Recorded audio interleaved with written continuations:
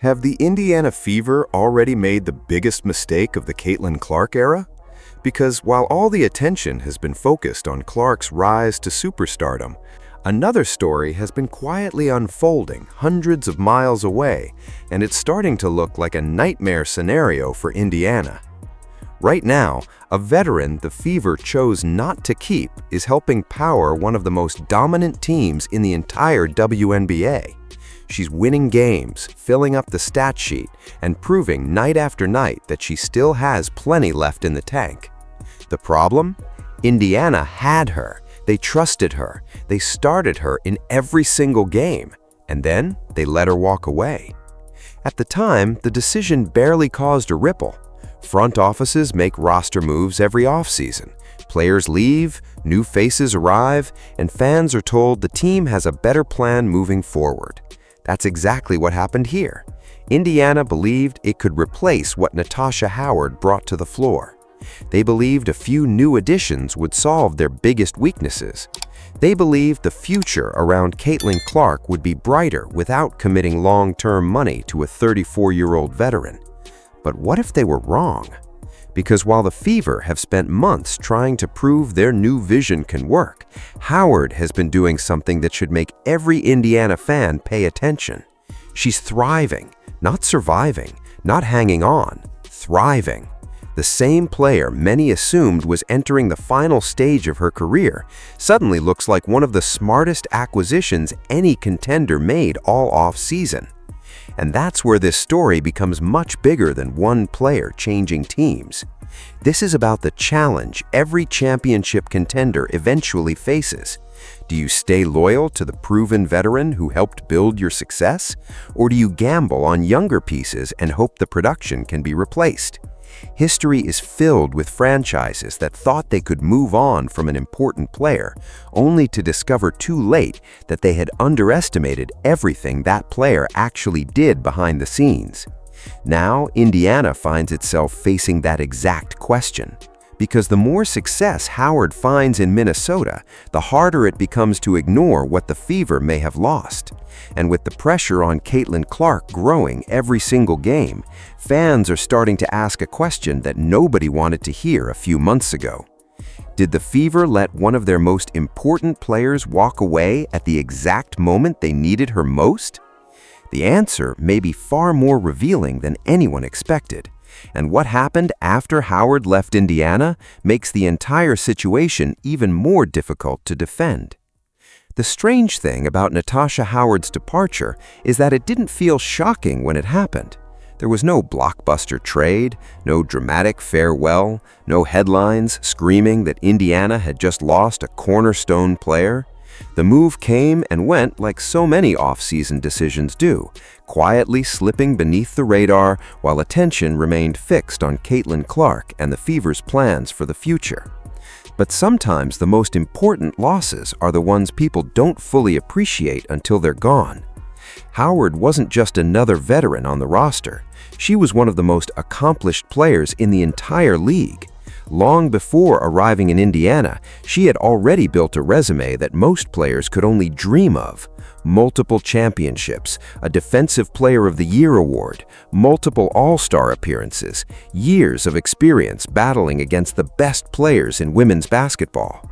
When she stepped onto the floor, she brought something every contender desperately needs, but very few teams can find: proven championship experience.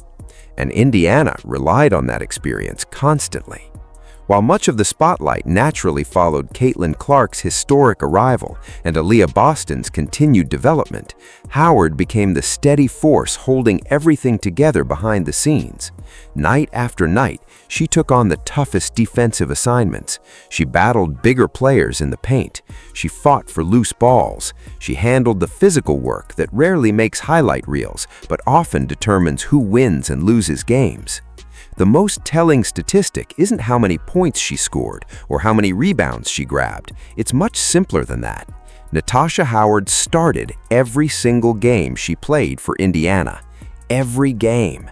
That level of trust doesn't happen by accident.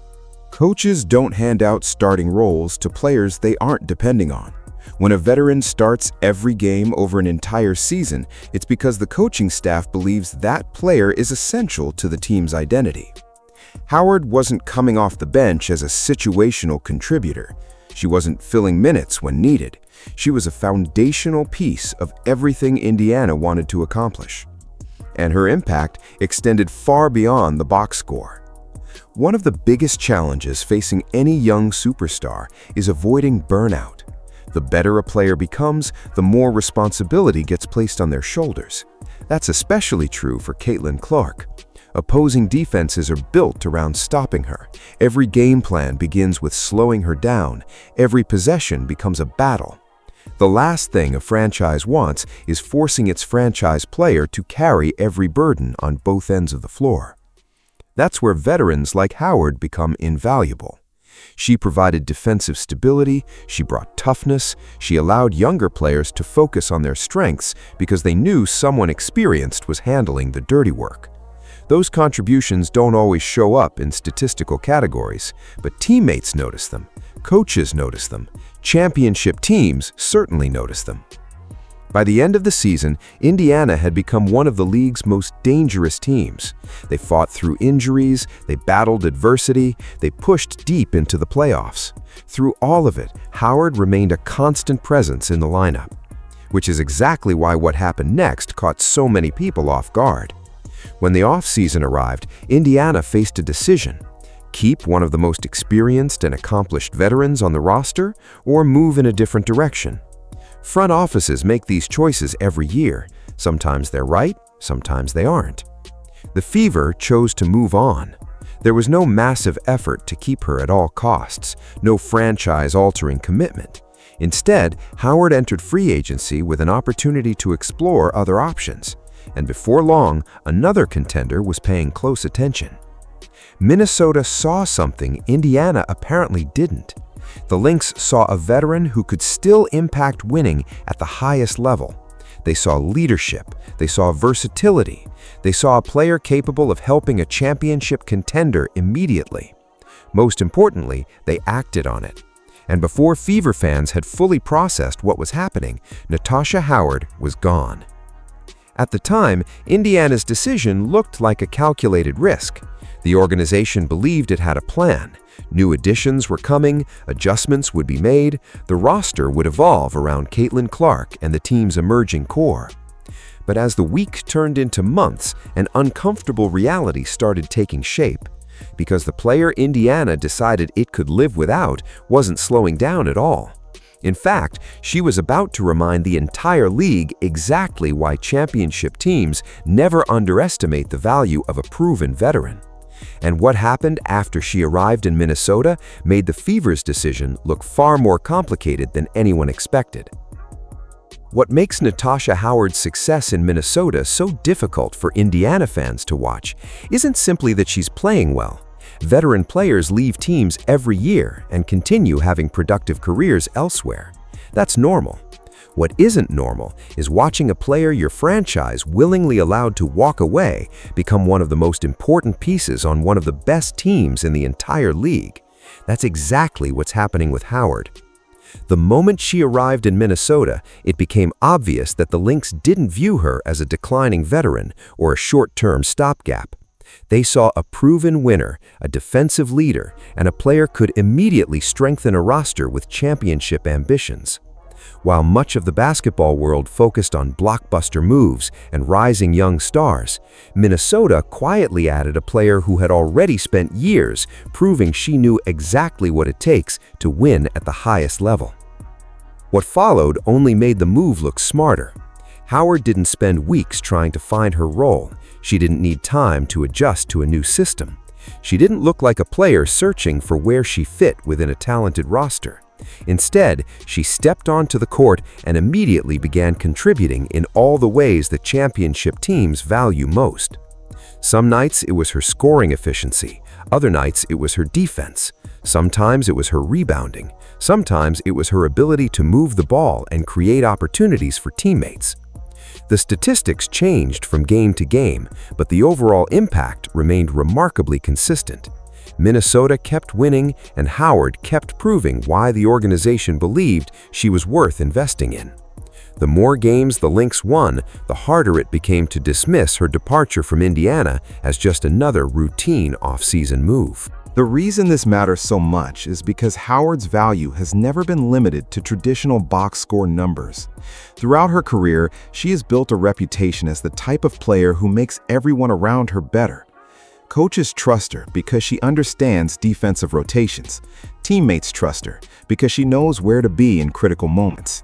Championship contenders trust her because she has already been through the pressure, adversity, and expectations that come with competing for titles.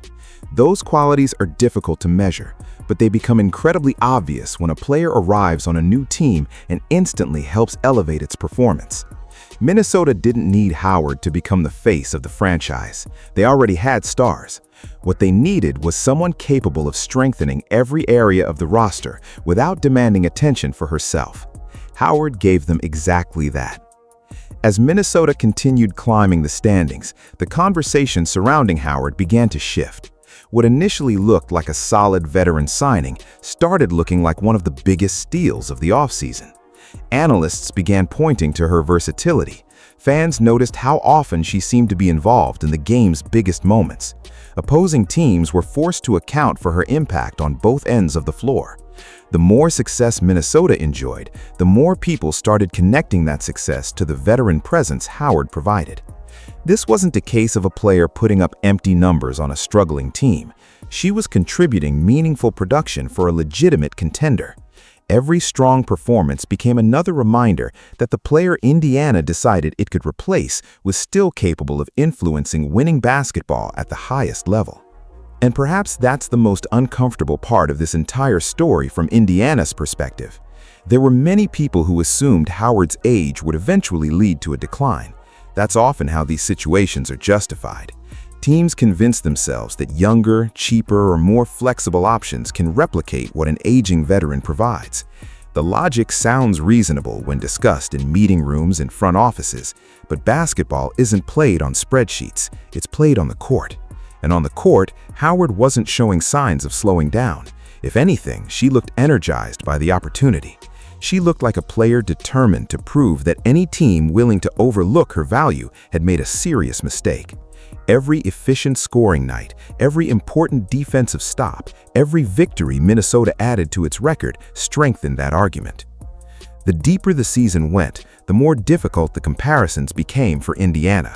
Fever fans weren't simply watching Minnesota succeed. They were watching Minnesota succeed with a player who had once been one of their own most reliable contributors.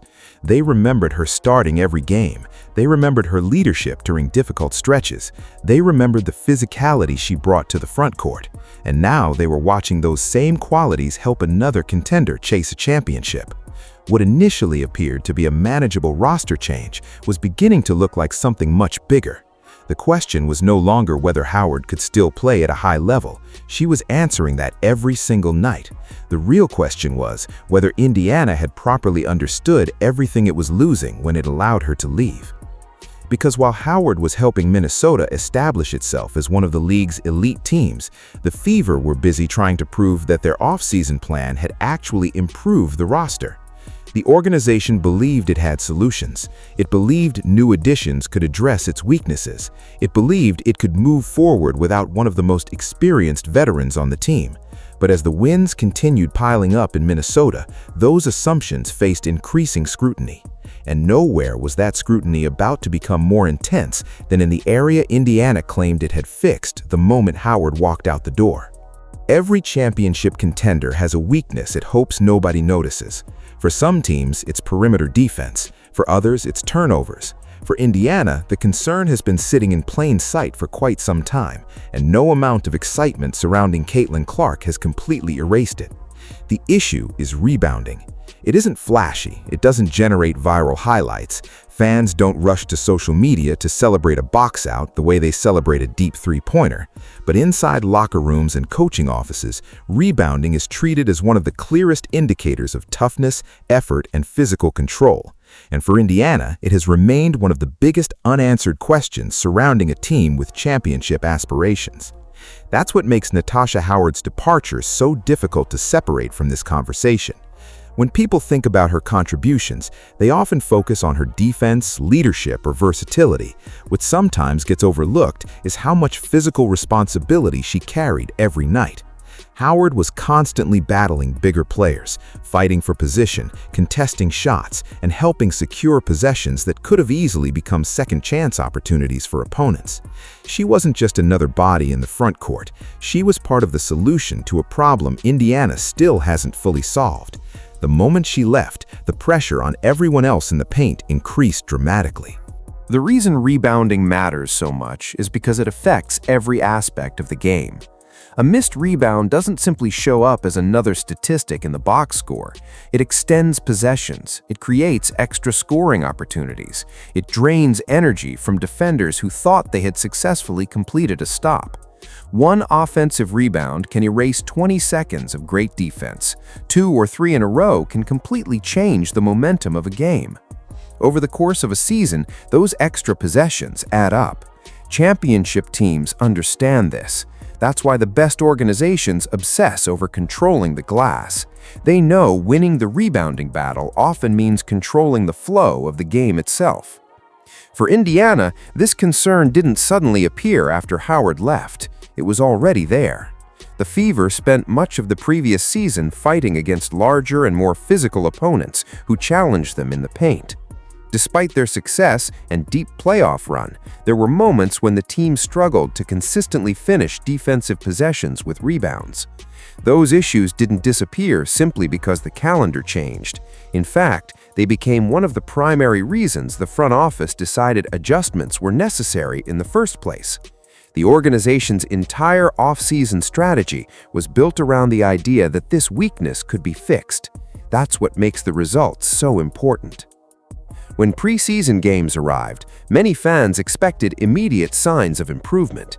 New personnel had been added. The roster was supposed to be bigger, stronger, more capable of handling physical matchups.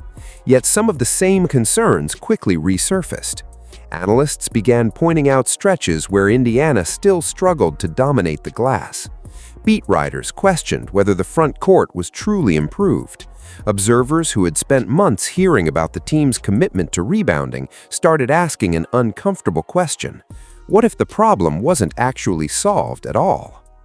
And that's where Caitlin Clark enters the conversation. Because every rebound Indiana fails to secure creates more pressure on its biggest star. That's the hidden cost of losing possession battles. If opponents are earning extra opportunities, somebody has to make up for that deficit. Somebody has to score more points. Somebody has to create more offense. Somebody has to carry a heavier load. More often than not, that responsibility falls on Clark. The better she plays, the more expectations increase. The more expectations increase, the more dangerous it becomes to surround her with unresolved weaknesses. Championship teams don't ask their superstars to overcome every problem alone. They build rosters designed to eliminate as many problems as possible. That's why this issue extends far beyond simple rebounding statistics. It isn't about whether Indiana finishes with 2 more or 2 fewer rebounds on a given night. It's about whether the team can consistently handle the physical demands of postseason basketball. Playoff games are different. Possessions become more valuable. Mistakes become more costly. Opponents become more aggressive. Every weakness gets targeted. Every flaw gets exposed. A team that struggles on the glass in June often finds those struggles magnified in September when championships are on the line. What's particularly concerning for Indiana is that the teams standing between them and a title aren't known for being soft. The league's best contenders feature experienced front courts, physical defenders, and players who understand exactly how to punish opponents inside. If the Fever hope to become a true championship team, they must prove they can survive those battles. That's why the rebounding conversation refuses to go away. It isn't criticism for the sake of criticism. It's a legitimate concern tied directly to the team's ability to compete with the league's elite. And just as those concerns were growing louder, the schedule delivered a challenge that couldn't have been scripted any better. because if there was ever a team capable of exposing whether Indiana's front court improvements were real, it was the opponent waiting just around the corner. A team built on physicality, a team that loves to attack the glass, a team with a recent history against the Fever that nobody has forgotten. And suddenly, what had been a season-long concern was about to become a very public test. The interesting thing about season-long debates is that eventually they stop being debates. At some point, the schedule forces teams to provide answers. Coaches can talk about improvements, front offices can defend their decisions, players can express confidence in the roster, but sooner or later, an opponent arrives that exposes the truth. For Indiana, that moment came in the form of the Atlanta Dream. On the surface, it looked like just another regular season matchup, two teams fighting for position, two teams with playoff ambitions. But beneath the surface, it carried far more significance, because Atlanta represented exactly the kind of challenge that would reveal whether the Fever's off-season gamble was actually working. The Dream aren't a team that beats opponents with finesse alone. Their identity has always been built around physicality, effort, and making life uncomfortable for anyone standing across from them. They attack the paint, they fight for rebounds, they embrace contact, they force opponents into the kind of games where toughness matters just as much as talent. Against teams that struggle to match their size and intensity, Atlanta can turn a basketball game into a battle of attrition. That's precisely why this matchup attracted so much attention. If Indiana truly believed it had fixed its front court concerns, Atlanta was the perfect measuring stick. What made the situation even more fascinating was the timing. The Fever weren't just facing Atlanta once, they were preparing for a two-game stretch against the Dream in a matter of days. That meant there would be no hiding weaknesses, no opportunity to dismiss one poor performance as an isolated incident. Over the course of two physical games, the truth tends to emerge. Either Indiana would demonstrate that its new roster construction could withstand the pressure, or the concerns surrounding rebounding and interior toughness would become impossible to ignore. For fans who followed Indiana's playoff run, the matchup carried another layer of meaning. The Dream weren't just another opponent on the schedule, they were a team the Fever had battled before when the stakes were at their highest. Those playoff games weren't easy, they were physical, they were demanding, every possession felt earned. And one of the players who helped Indiana survive those moments was Natasha Howard. She wasn't the player generating most of the headlines, but she was doing the work that made those victories possible. She battled in the paint, she defended larger opponents, she absorbed the physical punishment that inevitably comes with postseason basketball. Her presence gave Indiana stability when games became messy and emotional. Now imagine that same challenge without her. That's what made this stretch feel like more than a simple regular season test. The very type of matchup Howard was built to handle had returned, only this time she wasn't wearing a Fever jersey.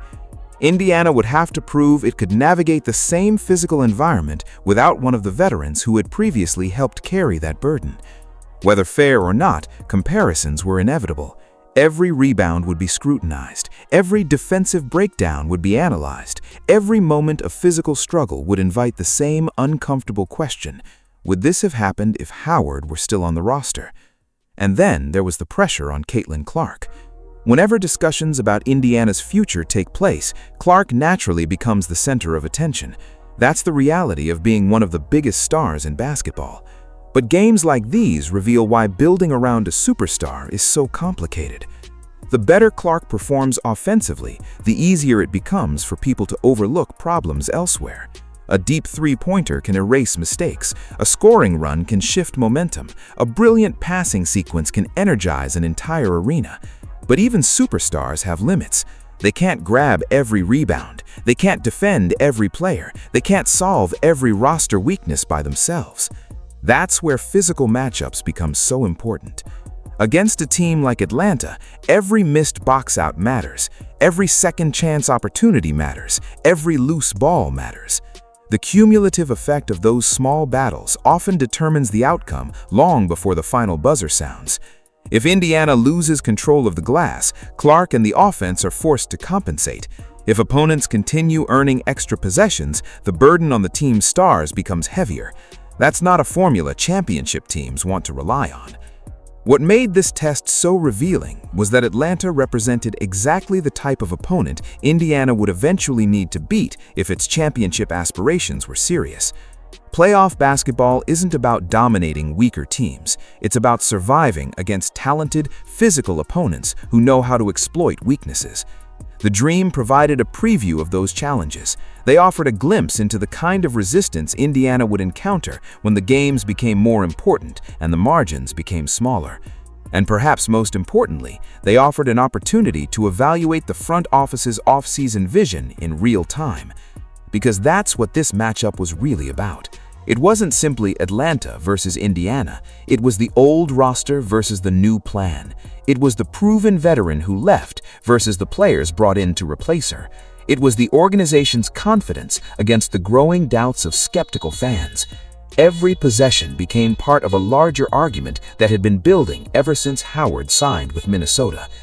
By the time the final buzzer sounded, the score would tell one story, but the battle inside the paint would tell another. And for many observers, that second story might be even more important. Because the deeper people looked into what Howard meant to Indiana's success, the more difficult it became to view her departure as just another off-season transaction. In fact, there was a growing argument that the Fever had underestimated her value from the very beginning. The deeper you look at Natasha Howard's time in Indiana, the harder it becomes to evaluate her impact using traditional statistics alone. Points, rebounds, assists, and shooting percentages tell part of the story, but they don't tell the entire story. In fact, some of the most important things Howard brought to the Fever never appeared in a box score at all. That's what makes her departure so complicated. On the surface, replacing a veteran forward might seem manageable. Teams do it every season.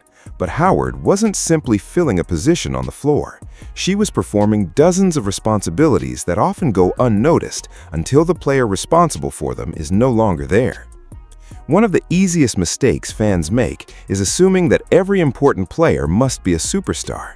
Basketball history tells a different story. Championship teams are filled with players whose value extends far beyond scoring. They're the players who understand defensive rotations before they happen. They're the players who recognize momentum shifts before anyone else. They're the veterans who know when a younger teammate needs encouragement and when that same teammate needs accountability. They rarely dominate headlines, but coaches trust them because they understand how winning actually works. Natasha Howard built her entire career around becoming exactly that kind of player. That's why Indiana's coaching staff leaned on her so heavily. It wasn't a coincidence that she started every game. It wasn't a coincidence that she consistently found herself on the floor during important stretches. Coaches don't hand those responsibilities to players based on reputation alone. They do it because they've seen what happens when those players are removed from the equation. Howard earned that trust through years of consistency. Night after night, she provided stability in situations where many players would struggle. Whether the game was physical, emotional, or completely chaotic, she remained dependable. That kind of reliability becomes incredibly valuable over the course of a long season. What's often forgotten is that Howard wasn't an outsider who briefly passed through Indiana. Her connection to the franchise ran much deeper than that. The Fever originally drafted her years earlier, long before she became one of the league's most respected veterans. She understood the organization. She understood the expectations. She understood what it meant to represent the franchise. When she returned, she wasn't arriving as a newcomer trying to learn the culture. She already knew it. That familiarity allowed her to step into a leadership role almost immediately, helping bridge the gap between experienced veterans and the younger players who represented the team's future. Her value became especially clear during difficult moments. Every successful season includes adversity. Injuries happen, losing streaks happen, pressure builds, expectations increase. Teams discover very quickly which players can handle those situations and which players cannot. Throughout Indiana's playoff push, Howard consistently proved she could thrive when circumstances became challenging. While attention often focused on the stars, she quietly handled many of the responsibilities that allowed those stars to succeed. She defended bigger opponents. She absorbed physical punishment. She did the work that rarely receives national attention, but frequently determines whether talented teams actually become winning teams. Perhaps the best example of her importance came during Indiana's most successful moments. When the Fever made their postseason run and established themselves as one of the league's most dangerous teams, Howard wasn't simply along for the ride. She was one of the reasons the ride was possible in the first place. Her defensive versatility allowed the coaching staff to experiment with different lineups. Her experience provided calm during high-pressure situations. Her willingness to sacrifice individual recognition for team success created flexibility throughout the roster. These aren't glamorous contributions, but championship contenders depend on them. The challenge with players like Howard is that their impact often becomes easier to appreciate after they're gone. When a veteran consistently handles difficult assignments, people begin to take those assignments for granted. The work becomes invisible because it's expected. Fans notice spectacular performances because they're unusual. They rarely notice consistency because consistency becomes routine. Howard's reliability may have actually worked against her in that regard. She performed so many important tasks so effectively that people stopped talking about them. It wasn't until the possibility of replacing those contributions emerged that the true scope of her value became a serious topic of discussion. That's why the conversation surrounding her departure has evolved over time. Initially, much of the focus centered on age, roster construction, and financial flexibility. Those are reasonable considerations for any organization, but as the season progressed, the discussion shifted towards something more difficult to quantify. Fans started asking whether Indiana had fully appreciated everything Howard provided beyond the numbers. They began wondering whether leadership, experience, versatility, and toughness were more difficult to replace than anticipated. Every successful performance in Minnesota added fuel to that conversation. Every strong showing reminded observers that Howard wasn't simply surviving on a new team, she was thriving. And that's where this story begins to resemble a pattern seen throughout sports history. Organizations often believe they can replace a veteran's production. Sometimes they're right. But what repeatedly catches teams off guard is discovering that production and value aren't always the same thing. A replacement might match the statistics while still failing to replicate the leadership, trust, chemistry, and experience that made the original player so important. Those qualities are harder to measure, harder to predict, and often impossible to replace overnight. Which raises a fascinating question. If Indiana underestimated Howard's value, would they be the first organization to make that mistake? Or were they simply following a path that countless franchises before them have taken, convinced they could move on from an important piece, only to discover later just how much that piece had been holding everything together? Because history is filled with examples of teams that learned that lesson the hard way. If all of this sounds familiar, that's because sports history is filled with stories exactly like this. Different teams, different players, different leagues, yet somehow the same mistake keeps happening over and over again. A franchise identifies a player it believes is replaceable. The front office looks at the roster, studies the numbers, evaluates the salary situation, and convinces itself that moving on is the smart decision. On paper, the logic often makes perfect sense. The player is getting older, the team has younger talent, new additions appear capable of filling the gap, the future seems clear. Then the games begin, and everyone discovers that what looked simple in a meeting room is much more complicated on the court. The reason this pattern repeats is because organizations naturally focus on what they can measure. Points can be measured, rebounds can be measured, salaries can be measured, age can be measured. But some of the most important elements of winning basketball exist outside traditional calculations. Leadership doesn't fit neatly into a spreadsheet. Trust doesn't appear in advanced metrics. Experience isn't something that can be replicated simply by signing another player. Yet these factors often become the difference between good teams and championship teams. When organizations underestimate those qualities, they sometimes create problems they don't recognize until months later. One of the most famous examples comes from the NBA when the Oklahoma City Thunder decided to move on from James Harden early in his career. Now, to be clear, this isn't a comparison of talent levels or careers. Natasha Howard and James Harden occupy completely different places in basketball history. The comparison is about decision-making. At the time, Oklahoma City believed it could absorb the loss. The team already had stars. It had a system. It had confidence in its future. Harden was viewed as a valuable piece, but not necessarily an irreplaceable one. The organization believed other players could fill the void. What followed became one of the most discussed roster decisions in modern basketball. Years later, people still debate what might have happened had the Thunder kept their core together. That's the danger facing every front office. The player you think is replaceable often turns out to be more important than anyone realized, not because of one skill, not because of one statistic, but because of everything that player contributes collectively. The value reveals itself slowly. A missed defensive rotation here, a lost rebound there, a leadership void during a difficult stretch. Individually, none of those moments seem catastrophic. Together, they can fundamentally alter a team's ceiling. What's particularly interesting is that these situations rarely become obvious immediately. Fans often expect major mistakes to reveal themselves overnight.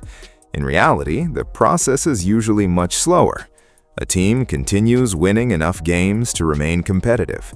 New additions have good moments. Coaches remain optimistic. For a while, everyone convinces themselves that the transition is working. Then a difficult matchup arrives.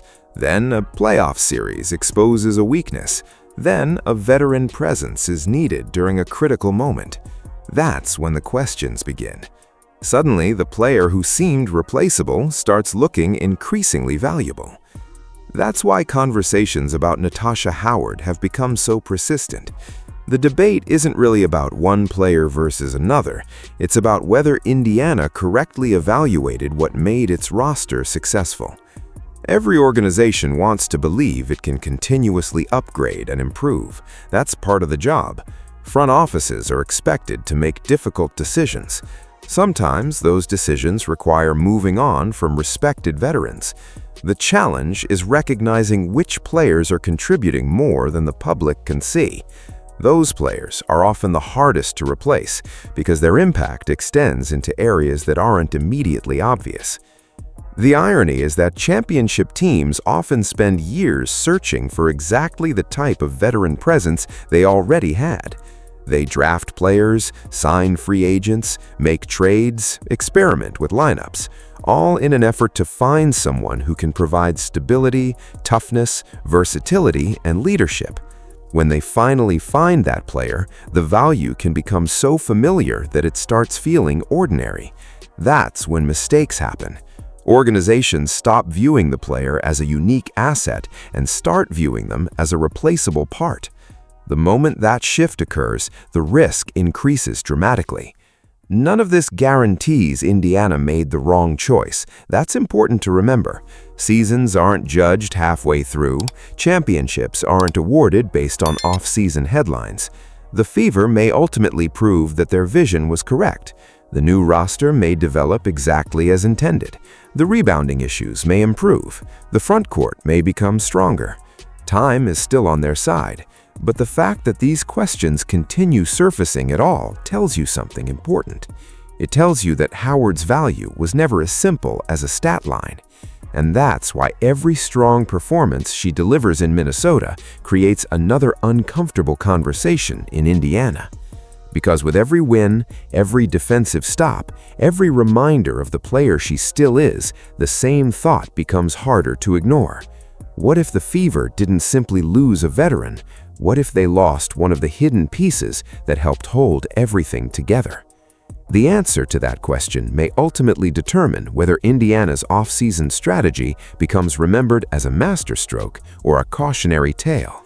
And that's exactly why the pressure surrounding the front office's decision continues to grow with every passing game.